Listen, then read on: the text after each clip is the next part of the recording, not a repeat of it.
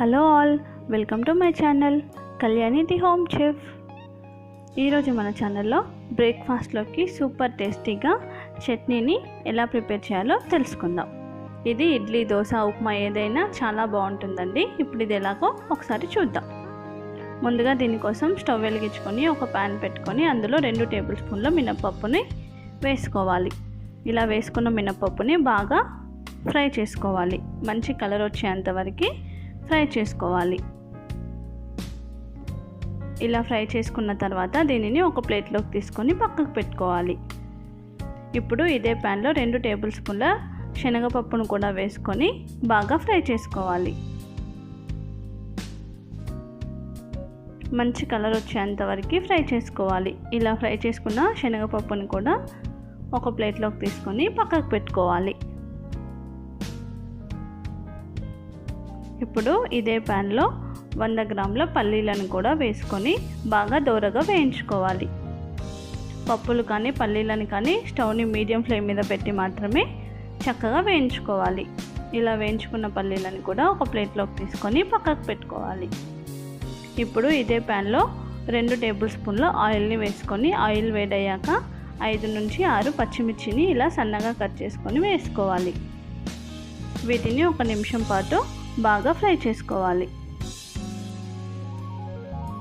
ఇలా ఫ్రై అయిన తర్వాత ఇందులో 1/2 టీ స్పూన్ జీలకర్ర, 1/2 టీ స్పూన్ ఆవాలు, 1/2 టీ స్పూన్ మెంతులని వేసుకోవాలి. ఇలా వేసుకొని ఒకసారి బాగా ఫ్రై చేసుకొని కట్ చేసి పెట్టుకున్న 2 టమాటోస్ని వేసుకోవాలి. ఇలా వేసుకున్న తర్వాత బాగా కలుపుకొని మూత పెట్టుకొని 5 నిమిషాల పాటు కుక్ చేసుకోవాలి. 5 నిమిషాల తర్వాత ఓపెన్ చేసి మళ్ళీ ఒకసారి బాగా కలుపుకొని ఒక చిన్న అల్లం ముక్కని వేసుకోవాలి. అలాగే రుచికి సరిపడా ఉప్పు వేసుకొని బాగా కలుపుకోవాలి. ఇలా కలుపుకున్న తర్వాత కొద్దిగా వాటర్ని యాడ్ చేసుకొని మూత పెట్టుకొని మీడియం ఫ్లేమ్ మీద 15 నిమిషాల పాటు కుక్ చేసుకోవాలి. 15 నిమిషాల తర్వాత మళ్ళీ ఒకసారి బాగా కలుపుకొని స్విచ్ ఆఫ్ చేసుకొని చల్లార్చుకోవాలి.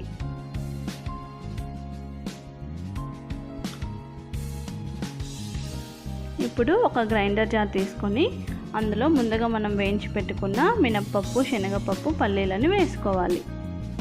ఇలా వేసుకున్న తర్వాత ఒక 6 వెల్లుల్లి రెబ్బల్ని వేసుకొని ఫైన్గా పౌడర్ చేసుకోవాలి. ఒకసారి ఇది బాగా కలుపుకొని ముందుగా మనం ఉడకబెట్టుకొని పెట్టుకున్న టమాటోస్ని, పచ్చిమిర్చిని కూడా వేసుకోవాలి. ఇప్పుడు ఇందులోనే ఒక నిమ్మకాయని పిండుకోవాలి. నిమ్మకాయకు బదులు ఒక చిన్న చింతపండు రెబ్బను కూడా వేసుకోవచ్చు. ఇలా వేసుకున్న తర్వాత ఒకసారి బాగా కలుపుకొని ఫైన్గా పేస్ట్ చేసుకోవాలి. ఇది చూడడానికి కొద్దిగా తిక్కగా ఉంది కదా, ఇందులో కొన్ని వాటర్ని యాడ్ చేసుకొని మరొకసారి గ్రైండ్ చేసుకుందాం. చూడండి, మన చట్నీ అనేది రెడీ అయిపోయింది. ఇప్పుడు దీన్ని ఒక బౌల్లోకి ట్రాన్స్ఫర్ చేసుకోవాలి.